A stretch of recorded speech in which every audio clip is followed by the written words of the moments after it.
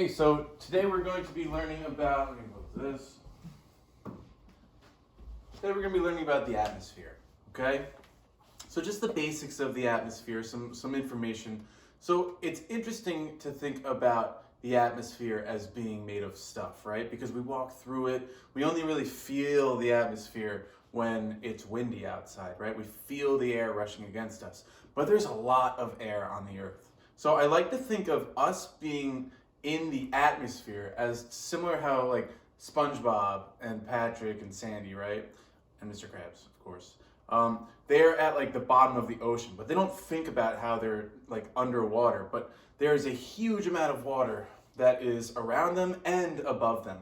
And that's very similar to the atmosphere. So we're on like the bottom of an ocean of air that you can think about. And if you've ever been under, got my cat trying to get it. Okay, thank you.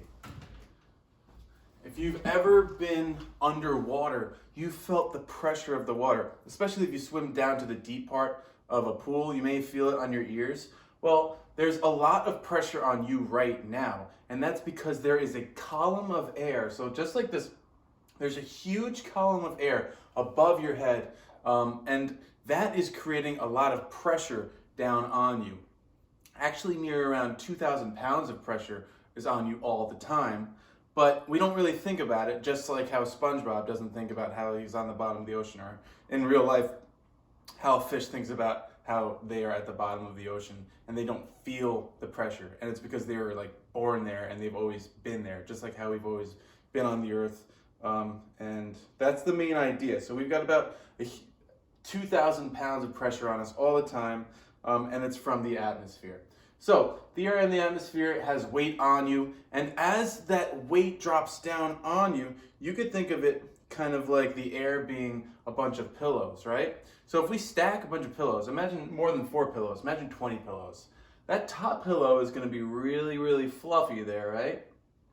But then as we get closer to the bottom, those pillows begin to get smushed together or compressed.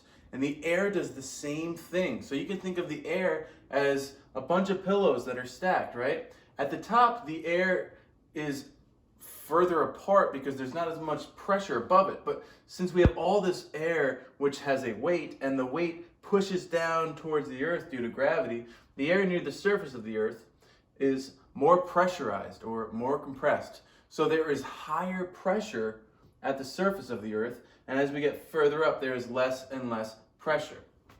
So you ever wonder what happens to a balloon when you let it go? Well, when you let go of a balloon, it goes up into the air, right? And then you don't see it anymore. But what's happening is that as it rises, there's less pressure against it. There's less atoms squeezing it, literally less atoms squeezing it. So the balloon begins to expand because there's less pressure, right? So on Earth's surface, we have a lot of pressure because we have all these molecules that are really pushed close together. But as that balloon rises, there's less stuff squeezing it, so it begins to expand, and eventually it pops and may land in an ocean and cause some serious problems, okay? So, the closer you get to sea level, the more air pressure there is. And that's just because there's more air sitting on top of other air, okay? All right, so we measure air pressure with this thing called a barometer. So anything that starts with bar or has the word bar in it in earth science is going to be talking about air pressure, okay? And that's because we measure air pressure in millibars. So a barometer is going to be something that measures air pressure. And interestingly enough, air pressure has to do the most with our current weather outside than even temperature. So generally speaking, high pressure or a lot of air stacked causes the air to sink down towards the Earth's surface, and that creates sunny days. Low pressure is when we have less air stacked and more rising air, causing clouds to form, which is why clouds are poofy. So I want to talk about this. This is going to be our air pressure readings. So just like how we had temperature conversions, we now have pressure conversions, going from millibars to inches. So millibars, each one of these little markup goes by 1. So 996, 997, 998, 999, 1,000. While you can think of inches of mercury as kind of like money, where it's like $29.70, $29.80, and there's 10 marks separating those, so that's going to be going by 0.01s or by pennies, right? So 29.71, 29.72, 29.73, and so on.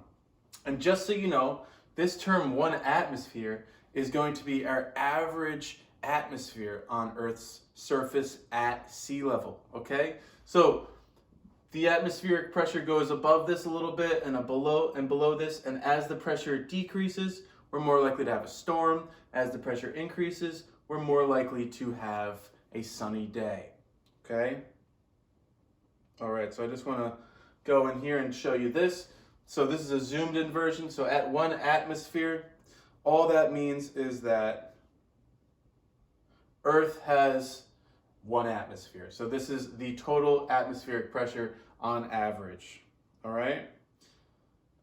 So I want you to try out some conversions, and I want you to get into some reference table stuff. So update.